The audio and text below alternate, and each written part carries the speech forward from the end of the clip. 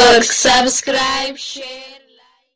Oduun keenya har'aa inni jalqabaa waraanni Abbuttii fi Abiyyi akkuma itti fufetti jira. Waa'ee kanaas isinitti himnaa. Lammaffaa oolmaa Oromiyaa keessattis waan muraasa wayii isinitti himnaa. Akkasumas sochiin araaraa kun maalirraa akka ga'e isinitti himnaa.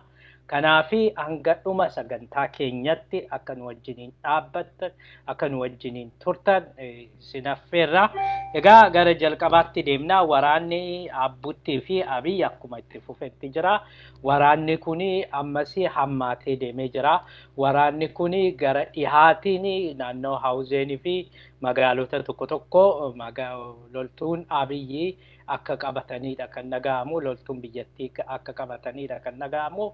Gama kaabatiin sochiin hin jiru. Gara Addigiraatiin gara Daga Hamus jedhamu saniin sochiin hin jiru. Gara dhihaatiin gara kibbaatiin garuu sochii jira. Gara kibbaa gara Raayyaatiin kana dura waraanni Abiyyi hedduun achitti rukutamee ture. Karaan baay'eetti qophaa'aa turanis gara Maqalee nu geessaa jedhanii itti qophaa'aa turanis kan warri Abbuttiis immoo baay'eetti qophaa'anii eegan karaa san ture. Keessattuyyuu kutaa 21ffaa kan jedhamu suni garmalee rukutame. Kutaa 27ffaa kanatu Oromoos miidhe kana dura. Keessattuyyuu Wallaggatti ergamee abaa'oo balleessaa barbadeessaa jedhamee kan ergamee baay'ee uummata keenya miidhe kutaa kana egaa warri Abbuttii naannoo kanatti Raayyaa kanatti baay'ee miidhanii. Haa ta'u malee amma miidhamuu isaa kana ilaalchisee Jeneraal Baacaan akkas jedhee jira. Waan Baacaa dabalee jedhee isin dhageessisneeti gara oduu keenyatti deemna.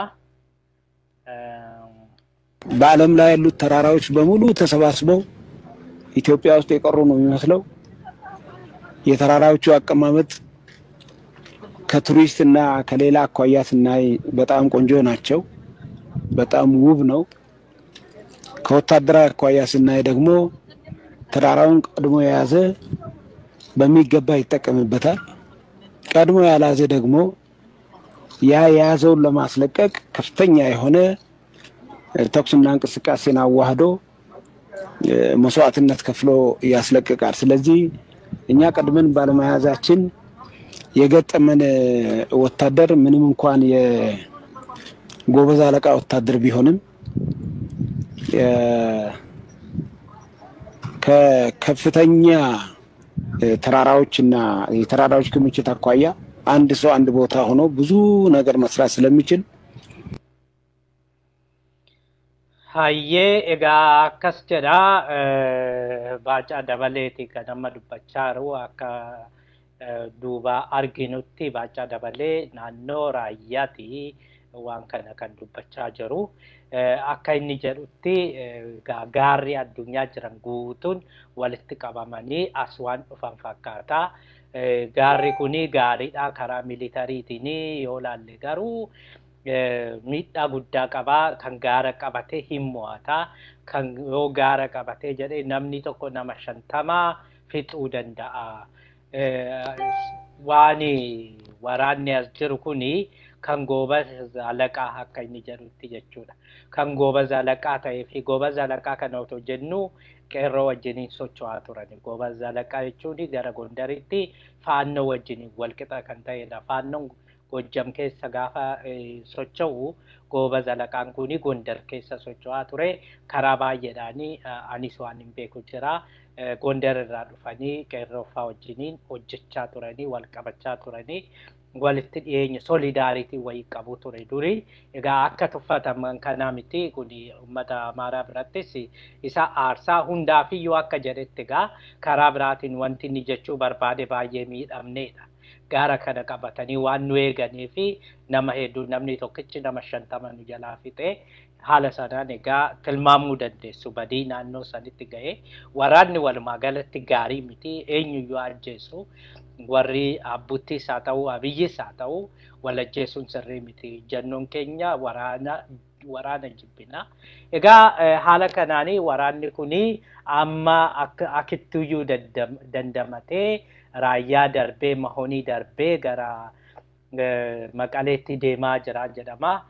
Jidduudhaanii maacoo magaalli jedhamtu jirti. Maacoo sana qabatee jira jedhama. Amma garuu waraanni kun wayyaaniin achi erga dheeressiteen booda waraana kanaa rukutuu dandeessi. Dheeressitee erga galchiteen booda keessa galchanii achiin booda duuban kutanii duuban karaa irratti kutanii karaa maacoo kanaa fi karaa tokko tokko gaara mijataan jira. Gaara mijataa sana barbaadanii rukutuu barbaadu yookiin achi galuu barbaadu jedhanii jiru. Kanaafi of eeggannoon haa godhamu warri jedhan jiru. Hundaafiyyuu egaa isaanii karoorri isaanii Maqalee hin qabannaadha. Yeroo dhiyoo keessatti warri immoo Maqalee qabatu warra asii kibbaa deemaa jiru kana isaantu dafee Maqalee qabataa jedhanii jiru. Haala kanaanii har'a Maqalee gara ganamaa irratti waraqaa bittinsanii jiru jedhama. Waraqaa bittinsanii uummanni akka of eegu jedhanii jiru jedhama. Amma oduun nu ga'e tokko immoo akka nutti himutti warri Tigraay jechuun hooggantoonni Abbuutti walumaa galatti miidiyaa isaanii qabatee Maqaleedhaa ba'anii iddoo biraatti socho'anii jiru. Gaaraa galanii jiru. Gara gaaraa galanii jiru. Maqalee keessa jiranii. Kanaafiyyuu isaanii Maqalee keessa jiru jedhanii Maqalee qabanna jedhanii isaan deemanii malee achi hin jiranii jedhanii jiru. Gama biraatiin akkuma baay'een keessan arguu hin ooltanii galgala kanaa Abbuttiin Asmaraa rukuttee jirti. Walumaa galatti Asmaraa qofa otoo hin ta'in Eritiriyaa rukuttee jirti. Egaa oduun Anaadooluu akka himutti rokkeettii afurii kan furguggifame yookiin dhukaafame. Egaa waan arfan kuni bakki isaan rukutanii iddoo garagaraati. Magaala garagaraati bakki isaan rukutanii magaala tokko otoo hin ta'in akka Anaadooluun jedhutti magala afurii kan rukutame akka Anaadooluu jedhutti magaalli arfan kana keessa magaalli tokko magaala Asmaraati. Magaalli tokko immoo magaala biraati. Baay'inaanii bakka militariin itti kuufamee jirudha jedhamee jira. Bakki magaalli kun rukutame. Egaa haala kanaan warri Abbuutti ammallee humna qabna, ammallee waan goonuu qabna waan jedhanii humna argisiisaa jiru. Walumaa galatti waraanichi kun tarii Maqaleen akka Baacaa Dabalee isaarra dubbachaa turetti guyyaa tokko guyyaa lama keessatti hin qabamti jedhee jira. Guyyaa tokko guyyaa lamattis ta'uu baatu tarii guyyaa sadii afur hanga fudhatee Maqaleen qabamuu hin ooltu warri jedhani baay'eedha. Haa ta'u malee Maqaleen qabamte jechuun waraanichi dhaabbate yookiin waraanichi dhume jechuu miti. Waraanichi reefu jalqabaa kan jedhani waraanichi kun waanuma salphaatti qabamu dhaabbatu miti. Isaanii Maqalee qabannee dhumaani Maqalee erga to'anneen booda waan hunduyyuu hin dhumaa waan hunduyyuu harka keenya jala oolaa waan jedhanidha. Kuni waan hin taanedha kan isaan jechaa jirani. Gama biraatiin waa'ee waraana kana wal qabatee waraanni Somaaliyaas waraana kana keessatti akka hirmaachaa jiru ragaan tokko tokko ba'aa jiru. Waraanni Somaaliyaa egaa Abiyyi waan rakkatee fi biyyoota garagaraati keessattuu biyyoota ollaatti waraana nuu kennaa jechaa ture. Suudaaniin Abiyyi waraana nuu kennaa jedhee akka gaafate ifa baasanii ture. Waraana 4,000 gaafatee ture. Isaan garuu itti qoosaniiti kan isaan deebisan akkamitti waraana keenya biyya alaati kenninaa jedhanii. Haa ta'u malee Somaaliyaan waraana 5,000 ol Eritiriyaatti leenjisaa jirti jedhanii Isaayyaasii Farmaajoodhaaf waraana 5,000 ol leenjisaa jira. Isaan keessaa 1,500 gara Tigraayitti akka galanidha. Miidiyaan keessattuu naannoo Somaalee kan dubbachaa jiru. Karoorri isaaniis egaa Isaayyaasii fi farmaajoo ta'anii Noorzi Somaaliyaa qabatanii Itoophiyaa fi Eritiriyaa, Jibuutii biyyoota kana konfedereeshiniidhaan walitti finnaa kan jedhamu madda marii isa jedhu saniin deemaa jira. Kanaaf immoo falaa yookiin gufuu nutti ta'a jedhanii kan amananii wayyaaneedha. Abbuttiidha. Abbuttii of jalaa buqqisuu qabna karaa kamiiniyyuu jedhanii haala saniin bobba'aa jiru jedhanii haala kanaan egaa waraanichi kuni waraana jechuun international ta'eera. Biyyoonni garaagaraa irratti hirmaachaa jiru.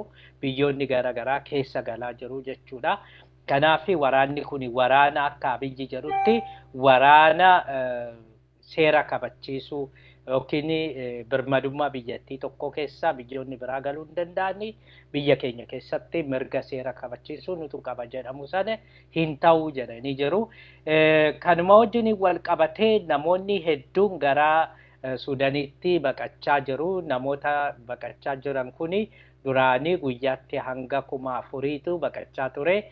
Amma garuu waan loltuun Itoophiyaa dhoorkanii fi karaa waan cufanii fi karaa sanaanii gara Suudaanitti baqachaa jiranii baay'ee irrateera.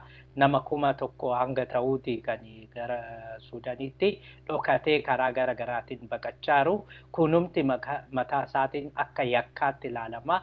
Namni tokko waan isa miidhu jala yoo baqachaa jiru karaa itti cufuu jechuun nama sana akka ajjeesutti lakkaa'ama. Yakka kuni akkuma addunyaa irratti international law irratti. Kanaaf kunis biyyoota baay'ee aarsee jira. Kana wajjiniin har'a The Telegraph oduu baay'ee gaddisiisaa baasee jira warra baqattoota kana wajjiniin wal qabatee. The Telegraph baqattoota Tigraay Suudaanii keessa jiranii akka gaafatetti Humaraa keessatti miidhaan yookiin extermination jedhamu kun jechuun duguggaa dhala namaa raawwatee jira kan jechisiisudha. Kan akka isaan dubbatanitti baay'inaan gara Eritiriyaatti meeshaa gurguddaadhaan rukutaa turanii achiin booda meeshaa gurguddaadhaan erga rukutamtee magaalattiin namni baay'een miidhameen booda milishaan naannoo Amaaraa fi loltuun galanii erga galaniin booda kaan rasaasaan rukutanii kaan gajjaraadhaan kaan cuubeedhaan namoota garaagaraa waraananii.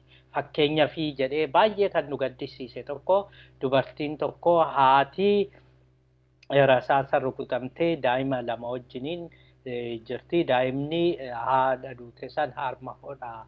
Kana gaafa namni ittiyee jedhu daa'imni suni gaafa harma hodhu san irraa ol jedhu afaan keessa dhiiga fi aannanitu jira. Kana arginee jedhee baay'ee bo'aa dubbate.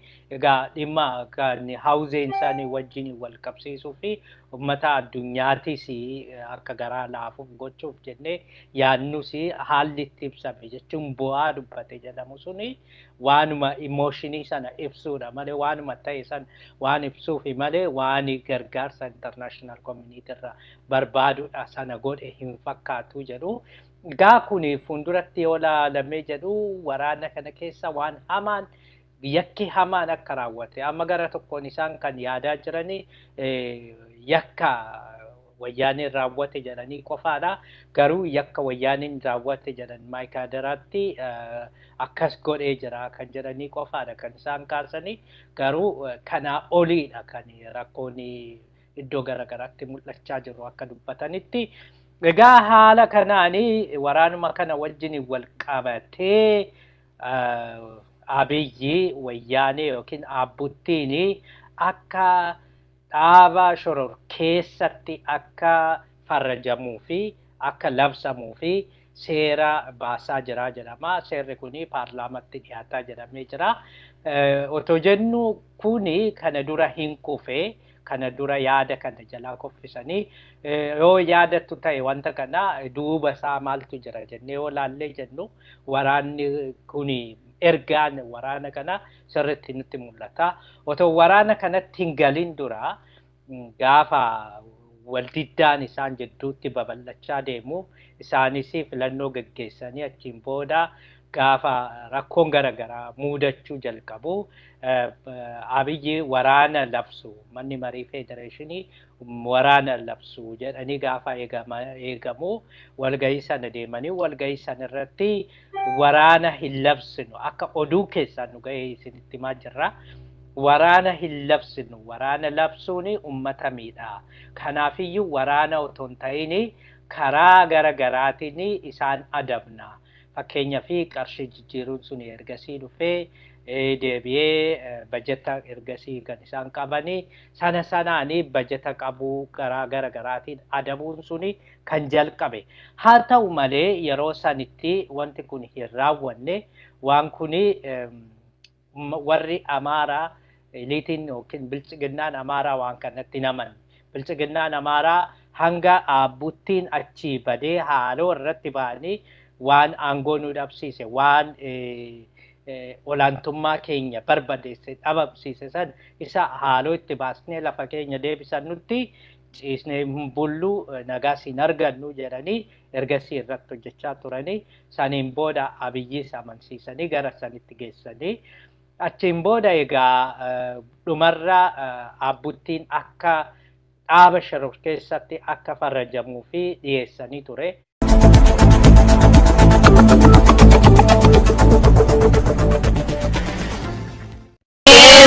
Media Network, subscribe.